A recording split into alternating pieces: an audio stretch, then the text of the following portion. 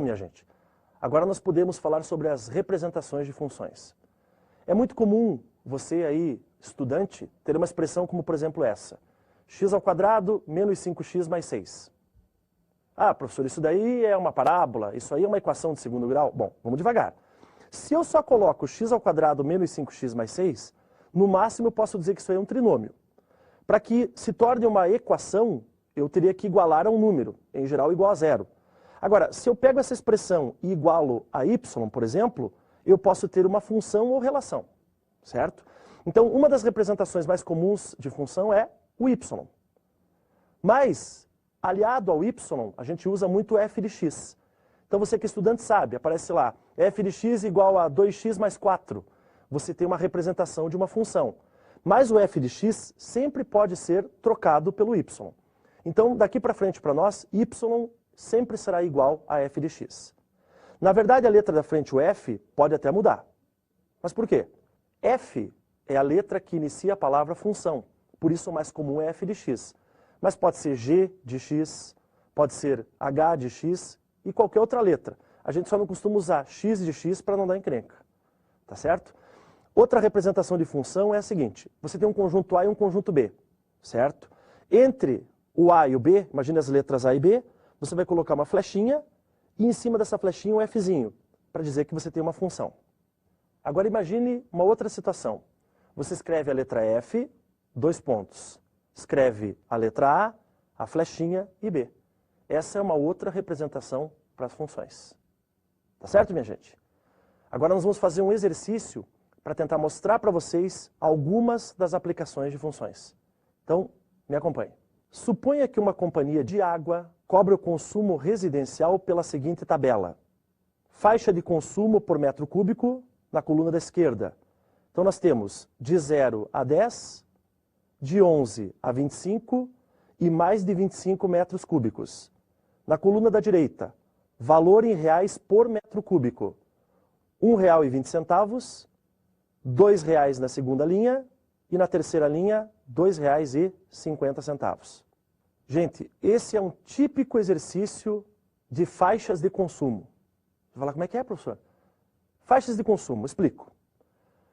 Conta de água, conta de energia elétrica, imposto de renda, para citar alguns exemplos, nós calculamos por faixas de consumo. Então, imagine que a pessoa vai consumir 27 metros cúbicos. Certo? É isso que eu quero descobrir. Quanto é que eu pago por 27 metros cúbicos? Então você vai pensar na tabela. Na primeira linha da tabela você tinha o quê? De 0 até 10 metros cúbicos. Quanto você paga? R$ 1,20. Agora, você vai pegar esses 27 metros cúbicos e vai fracionar em cada uma das linhas. Então pense assim, da primeira linha, que se paga R$ 1,20, vão sair quantos? 10 metros cúbicos. Ok? Da segunda linha, que é de 11 até 25, vão sair, quanto tem de 11 a 25? 15 metros cúbicos? Então dali você vai tirar 15. Então pensa, você tirou 10 metros cúbicos da primeira linha da tabela, você tirou 15 metros cúbicos. Quanto é que dá 10 mais 15? 25? Agora da terceira linha, você vai tirar o que resta. Veja, você já tem 25 metros cúbicos, você quer chegar em quanto? Você quer chegar em 27. Quanto falta de 25 para 27? 2 metros cúbicos. Certo? Então, como é que são as faixas de consumo? Como são? Vamos lá. A primeira faixa, dali você tirou 10 metros cúbicos. Da segunda você tirou 15 metros cúbicos. E da terceira você tirou 2. Pessoal, agora nós vamos fazer a multiplicação desses valores. Vamos lá. 10 metros cúbicos da primeira linha, você vai multiplicar por 1,20. Vai dar R$ 12,00. Da segunda linha, você tem 15 metros cúbicos, que você vai multiplicar por 2, R$ 2,00. 15 vezes 2, R$ 30,00. E da última? Da última, que vale R$ 2,50, você só tem 2 metros cúbicos. Quanto é que dá 2 vezes 2,50? 5. Agora a gente vai somar. R$ 12,00 da primeira, com R$ 30,00 da segunda, com R$ 5,00 da terceira. Quanto é que dá essa soma, gente? 12 mais 30 mais 5. Quanto deu? R$ 47,00. Esse é um típico problema de função onde você está associando o quê? Onde você está associando a quantidade de metros cúbicos consumidos com o valor que você paga para cada um deles através dessa faixa de consumo. Tudo bem? Bom, gente, quando nós falamos de funções, é muito comum nós termos gráficos envolvidos. E, independente do gráfico ser uma reta, o gráfico ser uma curva, nós podemos ter com esses gráficos uma função ou não, certo? Para você verificar se é uma função num diagrama, lembra aqueles diagramas do comecinho, conjunto A e conjunto B, você fez a ligação de flechas? Ali é fácil, você tem uma flecha saindo de cada elemento, você tem uma função. Agora, e se eu te der um gráfico no plano cartesiano? Digamos que eu te dou um desenho, ok? Imagine esse desenho que está aparecendo para você aí agora.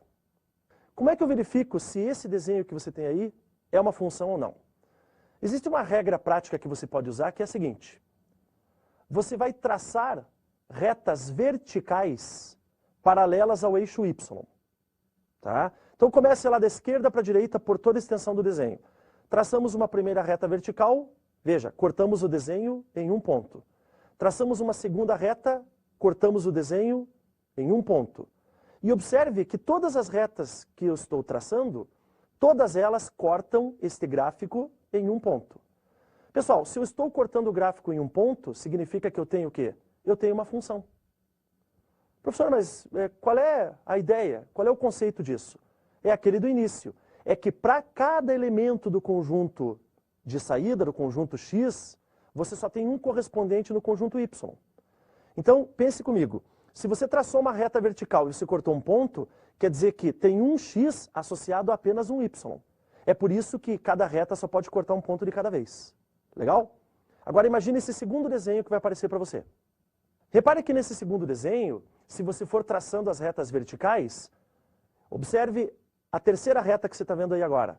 A terceira reta da esquerda para a direita, essa reta cortou mais de um ponto. Então significa que esse gráfico, gente, não representa uma função. Então agora você já sabe como verificar se você tem uma função, tanto utilizando os diagramas de Euler-Venn, quanto utilizando o plano cartesiano. Ok? Como os gráficos são muito comuns na nossa vida, nós vamos ter, no nosso próximo encontro, uma aula sobre função do primeiro grau. E só para você ter uma ideia, a função do primeiro grau, que é representada por uma reta, é uma das funções mais utilizadas. Independente do vestibular que você faça e independente da prova até.